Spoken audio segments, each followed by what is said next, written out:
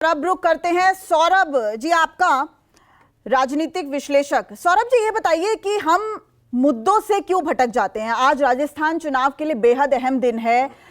देखिए, पूरी तरीके से जो चुनाव प्रचार है वो खत्म हो गया है, लेकिन अब घर घर जाकर जो नेता हैं वो कैंपेनिंग कर रहे हैं। कल चुनाव है, राजस्थान की 199 सीटों पर कल चुनाव पड़ेंगे। कांग्रेस की 7 गारंटी, बीजेपी का संकल्प पत्र, यानी कि एक पूरा चुनावी माहौल। लेकिन आज हमें चर्चा करनी पड़ रही है पनौती पॉलिटिक्स पे। देखिए, सबसे पहले तो आपके सभी दर्शकों को नमस्कार, और गुरु तेग बहादुर जी की आज शहीदी दिवस है तो उनको शत शत नमन। देखिए, एक संस्कृत में कहावत है, खला शर्पस मात्राणी परिछिद्राणी पश्यति। मतलब ये सभी के लिए है, सभी राजनीतिक पार्टियों के लिए है कि हम अपने अवगुण को न देखते हुए दूसरे के बड़े बड़े अवगुणों को देखते हैं और अपने छोटे अवगुण को नहीं देखते हैं। एक बात।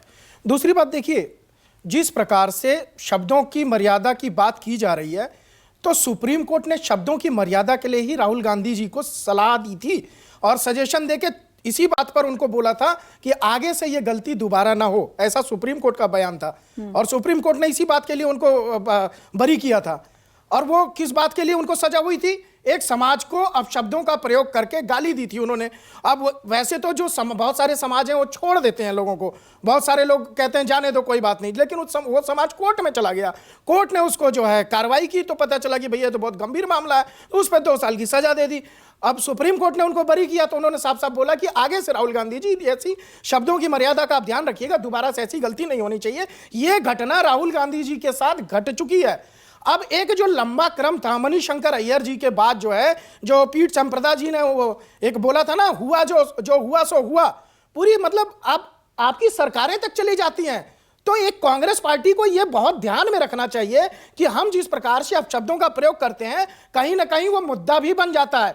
मैं कांग्रेस के भले के लिए बोल रहा हूं एक बात। दूसरी बात यह, देखिए, भारतीय जनता पार्टी के अंदर अभी जिस प्रकार से बात हो रही थी, मूर्खों का सरदार, प्रधानमंत्री जी ने किसी का नाम नहीं लिया था। प्रधानमंत्री जी साफ साफ मंच से बोल रहे हैं कि एक मेड इन चाइना मोबाइल की बात हो रही थी।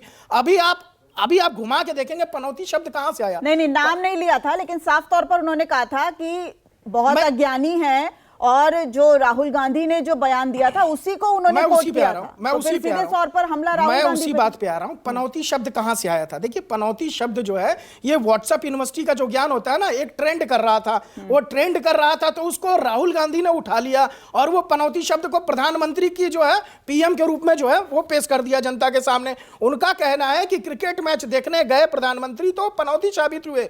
मतलब आप देश के जो सर्वोच्च नेता हैं, प्रधानमंत्री, कल को श्री राहुल गांधी अगर देश के प्रधानमंत्री बनते हैं और किसी कार्यक्रम में वो जाते हैं या किसी कार्यक्रम का शुभारंभ करते हैं, तो क्या देश उनको पनौती मानेगा? और अगर आप प्रधानमंत्री नरेंद्र मोदी को पनौती कह रहे हो तो आप उस जनता का अपमान कर रहे हो जिन्होंने उनको वोट देकर के प्रधानमंत्री बनाया है। भाई, वो तो आप एक तरफ से यही कहना चाह रहे हो ना, वो जनता पनौती है।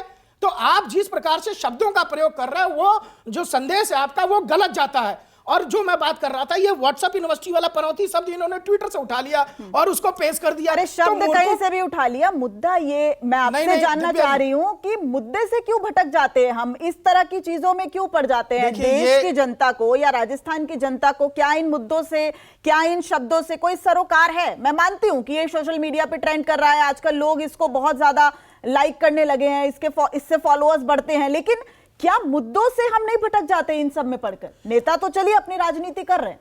मैं वही राजीव जी ने कहा था, बहुत अच्छी बात कही थी, मैं उसी बात को दोहरा रहा हूं कि ये जो गलत शब्द को ट्रेंड किया जाता है, खासतौर पे हमारे देश के जो प्रधानमंत्री हैं, राष्ट्रपति, जो संवैधानिक पोस्ट पर बैठे हैं, ट्विटर को भी ऐसे शब्दों को बैन करना चाहिए। और जनता जो है, जो ऐसे चीजों पर अपने लाइक्स के लिए, फॉलोअर्स के लिए जाती है, उस जनता को भी सोचना चाहिए। लेकिन ऐसे शब्द को पिक करना राजनीति में, उसको कहीं ना कहीं अज्ञानता ही मानेंगे आप। अब मूर्खों का सरदार कहिए, वो अब देखिए, भाषा पर तो मैं नहीं जाता किसी के, लेकिन मैं ये कह रहा हूं कि अगर आप व्हाट्सएप यूनिवर्सिटी, अगर दिव्या जी मुझे कोई व्हाट्सएप है और मैं आपको कह दूं शब्द, तो मैं मूर्ख कहलाऊंगा कि नहीं कहलाऊंगा कि मैंने व्हाट्सएप यूनिवर्सिटी से पढ़ दिया? ठीक है, तो ठीक है तर्क भी देखिए आप, जो तर्क है वो राहुल गांधी का तर्क जो है वो बेतर्क है। अब देखिए, मेरे पास समय की कमी है।